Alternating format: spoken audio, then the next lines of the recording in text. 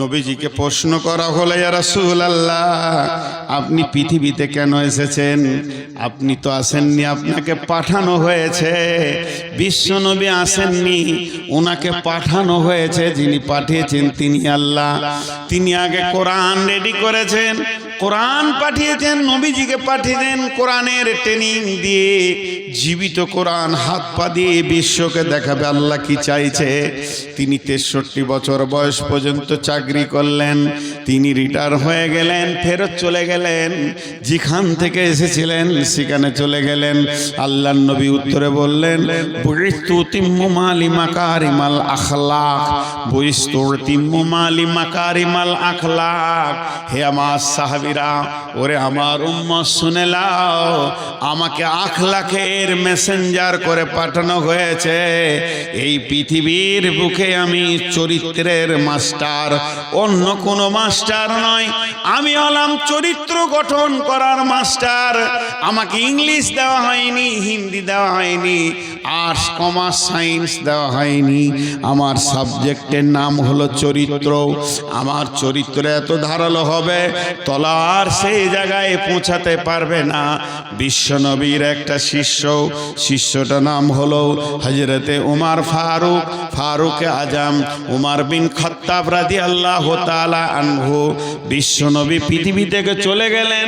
বিদায়ের পরে হযরতে আবু বকরকে দেওয়া হলো ভারপ্রাপ্ত। তিনি হলেন খলিফা, আমিরুল মুমিনিন আবু বকর পৃথিবী থেকে চলে গেলেন। তারপরে যাকে মুসলিম জাহান দায়িত্ব দিলেন, খলিফাতুল মুসলিমিন বানালেন, আমিরুল মুমিনিন বানালেন, তিনার নাম হলো হযরতে উমর। বিশ্ব নবীর দ্বিতীয় নম্বর শিষ্য হযরতে উমর। সেই উমর যখন দায়িত্ব পেলেন, মসজিদে নববী তখন খেজুর গাছের পিলার আর খেজুর পাতার ছাওয়ানি। এটাই ছিল 18 লক্ষ বর্গ মাইলের সিংহাসন। এটাই ছিল সংসদ, এটাই ছিল পার্লামেন্ট। না আছে চেয়ার, না আছে টেবিল, শুধুমাত্র একটা রসুলের মিম্বার আর খেজুর গাছের পিলার, খেজুর পাতার ছাওয়ানি। ছোট্ট একটা জীর্ণ মসজিদ। তুমি পড়ে গেছো তুমি পড়ে গেছো নুয়ে। খেজুর পাতার পাশা তোমার বারে বারে গেছে ক্ষয়ে, সাইমম ঝরে পড়িয়াছো জনে করিয়াছে কুটির। তুমি তো পরনি নুয়ে, তোমার খেজুর পাতার প্রসাদ খানি বারে বারে গিয়াছে ক্ষয়ে। এর নাম উমর। হযরত উমর ফজরের সালাত পর তসবিহ করছে নেকা। 18 লক্ষ বর্গ মাইলের বাদশার কোনো বডিগার্ড নাই, না আছে কোনো দেহরক্ষী, না আছে কোনো সিকিউরিটি। বেনি মসজিদে বসে বসে তসবিহ করছেন। এমন সময় ক্লান্ত লেগেছে, শরীরটা একটু আরাম করে নি। মসজিদে বালুর ওপরে শুয়ে আছে, বালিশ নাই, একটা লেপ নাই, কেতা নাই, গদি নাই, ডানলপের গদি নাই, বালিশ তো নাই। তাহলে হাতে মাথাটা হাতের ওপরে রেখে একটু তোমরা এসেছে। এমন সময় মসজিদের দরজায় একজন ডাকছি, আদব নেবেন জাহাপনা। সে তো সালাম দিবে না, সে হলো খ্রিস্টান, সে তো নাসারা, তাই বারবার বলছেন আদব নেবেন জাহাপনা। হযরত উমর উঠে দেখলেন, কে? বলে, আমি জেরুজালেম থেকে এসেছি, আমার নাম অমুক, আমি জেরুজালেমের একজন দূত। জেরুজালেমের তদানীন্তনকালে যিনি মিনিস্টার ছিলেন, প্রাইম মিনিস্টার, গোটা জেরুজালেমকে যিনি শাসন করতেন, তিনি খ্রিস্টানদের একজন পোপ ছিলেন। তিনি একটা চিঠি লিখেছেন, যেহেতু উমরের সৈন্য, উমরের তবলিগের দল জেরুজালেম গিয়েছে কালেমাকে পৌঁছানোর জন্যে। দাস্তে তো দাস্তাম দরিয়া भी ना छोड़े हमने, बहरे जुल्मत में दौड़ा दे घोड़े हमने। साद बिन वक्कास রাদিয়াল্লাহু আনহু ঘোড়া চালিয়ে দিয়েছেন। ফোরাত নদীর ওপর দিয়ে, বাহারে কুলজুমের ওপর দিয়ে। বন্ধুরে আমার, সেই উমার বলছে হ্যাঁ আমি সেখানে কালেমা তাইয়্যিবার, কালেমা শাহাদাতের দাওয়াত দিয়ে কয়েকজন সৈন্যকে পাঠিয়ে দিয়েছি। বলে সেই মর্মে আমাদের দেশে প্রাইম মিনিস্টার আপনাকে চিঠি দিয়েছে, চিঠিটা একটু নজর লাগিয়ে দেখলেন। তিনি লিখেছেন, বন্ধু আপনি বিশাল সাম্রাজ্যের মালিক, আপনার সৈন্য সংখ্যা যত আমার দেশের নাগরিক অত নাই, আমি আপনার সঙ্গে লড়াই করব না, আপনার সঙ্গে আমি যুদ্ধ করব না, আপনার সঙ্গে জিহাদে আমি আসতে চাই না। শুধু আমি এতটুকু চাই, আপনাকে আমি পত্র দ্বারা নিমন্ত্রণ দিলাম, আপনি একটিবার আমাদের দেশে আসেন, আপনার সঙ্গে বসে সন্ধি করে নেব, আলোচনা করে স্বাক্ষর করব। হযরত উমর নিজের খাদিমকে ডাকছেন, আসলামা আসলামা রেডি হয়ে যাও, এক্ষুনি আমাদেরকে বেরিয়ে যেতে হবে জেরুজালেমের ময়দানে। আসলামা তুমি রেডি হয়ে যাও, উটকে রেডি করো। হযরত উমর কাপড় ঝেড়ে দাঁড়ালেন, নতুন পোশাক পরব, নতুন সুসজ্জিত হব, বিদেশের দাওয়াত পেয়েছি। জি না, সাদা সিধে মানুষ। উট টাইনে আসলামা বললেন, হুজুর আমি তৈরি। বলে আমিও তৈরি। হযরত উমর উঠে চাপলেন। কবি নজরুল কলম ধরেছেন, হেরি পশ্চাতে চাহি তুমি চলিয়াছ রৌদ্র দগ্ধ দুর্মুরু পথ বহি, জেরুজালেমের কেল্লা যেতায় আছে অবরোধ করে, বীর মুসলিম সেনা দল তব বহুদিন মাস ধরে, দুর্গের দ্বার খুলিবে তারা, বলেছে শত্রু শেষে। উমার যদি গো সন্ধি পত্রে স্বাক্ষর দেয়ছে, হাইরে আদেক ধরার মালিক আমিরুল মুমিনিন, শুনেছে খবর একাই কি উঠে চলেছে বিরামহীন, সাহারা পাড়াইয়ে ঝুলিতে দুখানা শুকনো ক্ষুব্জ রুটি, একটি মশকে এতটুকু পানি, খুরমা 2-3 মুঠি। প্রহরীবিহীন সম্রাট চলে, প্রহরীবিহীন সম্রাট চলে, একা উঠে চোরি, চলেছে মাত্র একটি গোলাম, উটের রশি ধরি। মরুর ঊর্ধ্ব আকাশে সূর্য আগুন বৃষ্টি করে, সেই সে আগুন ফুটে খৈশম বালুকার মরু বালুকার পরে। কিছু দূর যেতে উট হতে নামি, কিছু দূর যেতে উট হতে নামি, কহিল গোলামের ভাই পেরেশান বড় হইয়াছ চলিয়া, এইবার আমি যাই। উটের রশি ধরিয়া অগ্রে, উঠে বসত উঠে, তপ্ত বালুতে চলে যে চরণে, রক্ত উঠেছে ফুটে। গোলাম 2 হাত ধরে চুমি কাঁদিয়া কহিল, উমর এ আদেশ করেন কেমনে আপনি? গোলাম রহিবে উটের পিঠে আরাম করিয়া বসি, আর খেটে যাবে খলিফা উমর ধরিয়া উটের রশি। খলিফা হাসিয়া বলে, তুমি জিতে গিয়ে বড় হতে চাও ভাই, এমনি চলে। রোজ কিয়ামতে আল্লাহ যেদিন বলিবে উমার ওরে, করিনি খলিফা মুসলিম জাহানের তরে, সুখ তরে তোরে। কি জবাব দিব, কি করিয়া মুখ দেখাবো রসুলের ভাই? আমি তোমাদের প্রতিনিধি মাত্র, মোর অধিকার নাই।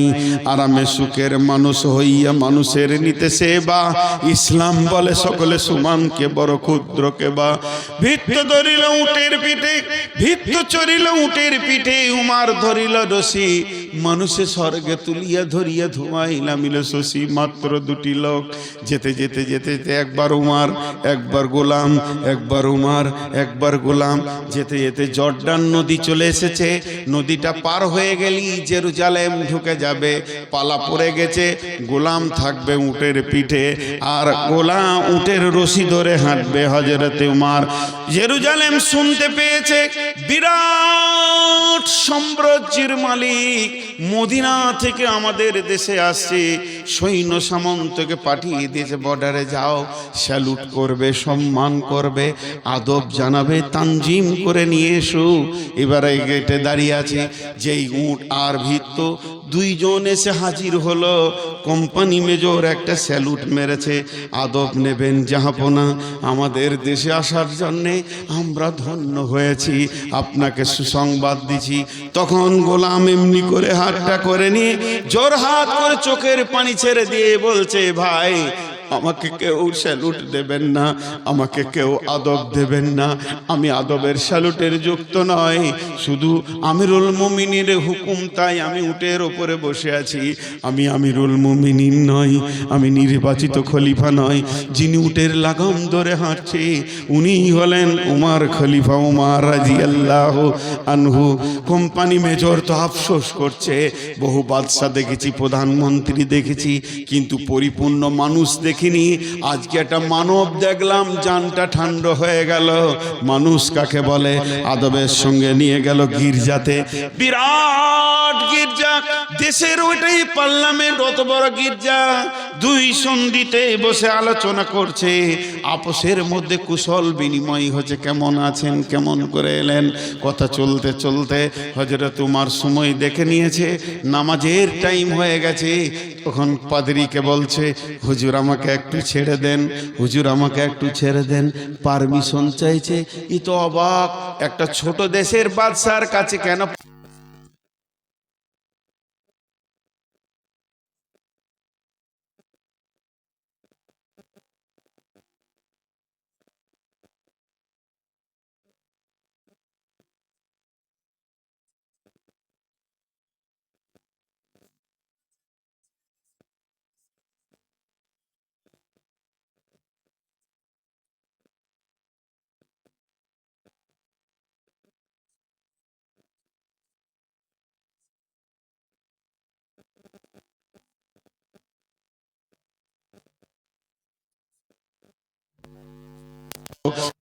চেঞ্জ করতে পারবো না।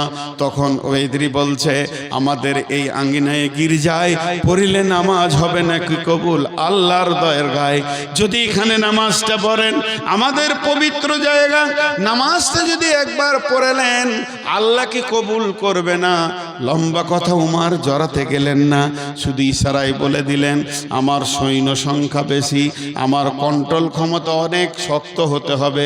আমি যদি এখানে নামাজ পড়ি, ওরা ভাববে হয়তো নামাজ পড়ে ইশারা করে দিয়েছে, আজ থেকে গির্জাটা মসজিদ হয়ে গেছে, তারা মসজিদ বানাবে।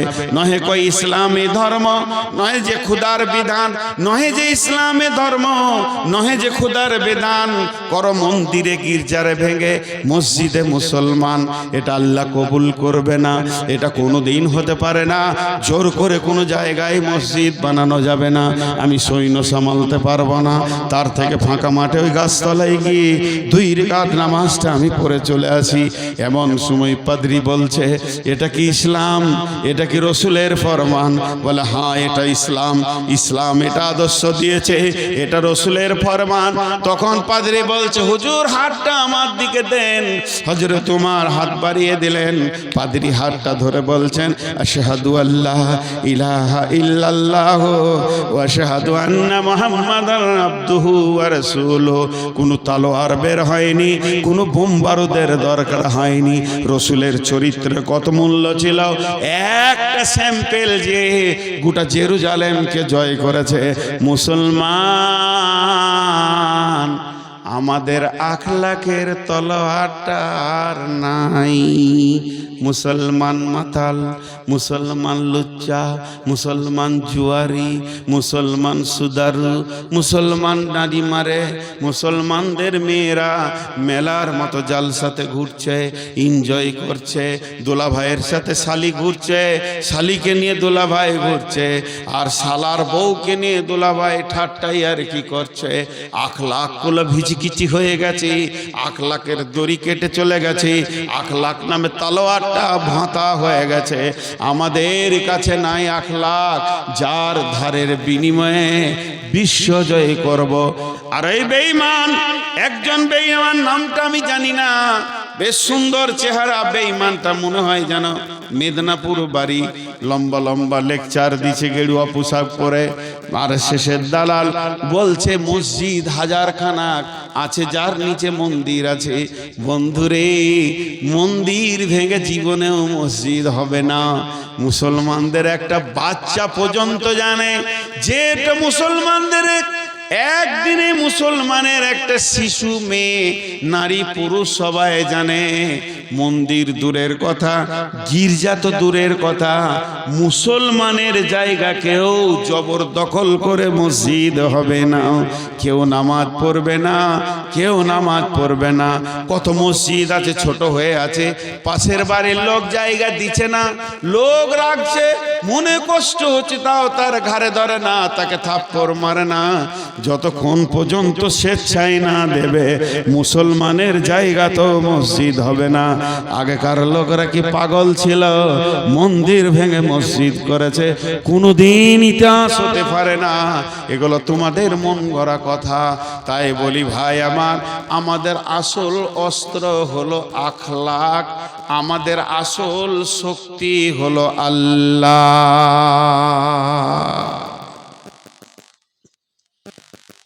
তবে ছোট্ট ছোট দুটি কথা বলছি, 1 মিনিটে বলে দেব। তৃতীয় বিশ্বযুদ্ধ হতে চলেছে, বাকিটা বুঝে নেবেন বড় আলেমদের কাছ থেকে। দ্বিতীয় বিশ্বযুদ্ধ হয়ে গিয়েছে, বিশ্বনবী তৃতীয় বিশ্বযুদ্ধের যে ওসিয়তটা করেছিলেন সেটা হতে চলেছে। অল্প দিনের মধ্যে আমরা দেখতে পাবো ইনশাআল্লাহ। সকালে বলেন ইনশাআল্লাহ। এর জন্য আপনারা খুশি তো? বলেন ইনশাআল্লাহ। ভয় লাগছে নাকি? বিশ্বনবীর শেষ কথাটা শুনলেন, শুনলে পরে আরো খুশি হবেন। 5 ওয়াক্তের নামাজটা ধরেলেন, কালেমা শাহাদাতের সাক্ষী দিয়ে 5 ওয়াক্ত নামাজ ধরেলেন। এই যুদ্ধে যতজন শহীদ হবে বিশ্বনবী বলেছেন ওরা জান্নাতি, ওরা জান্নাতি। আর কি চাই? আর কি চাই? অতএব খুব পৃথিবী আর মনে করেন না যে সব জিনিস আগের পূর্বের মতো সুন্দর হবে, বরং একটা লোকের বয়স যত বাড়বে তার শরীরে রক্তর ক্ষমতা কমবে, রোগের ক্ষমতা বাড়বে, পৃথিবী ধ্বংসের শেষ লগ্নে চলে এসছে। অতএব এগুলো হবেই হবে, এর জন্য রেডি হয়ে যান। তবে একটা কথা জেনেলেন যে সরকার আজকে আমাদের মাল কুক্ষিগত করেছেন। আব্রাহা বাদশার খবর যদি থাকে তো আপনি বুঝে নিয়েন, আব্রাহা বাদশার খবর যদি আপনার কাছে থাকে তো ভালো। তবে একটা কথা জানেন, বড় বড় এই যারা আরশেসের ছেলে, মেধা ছেলে,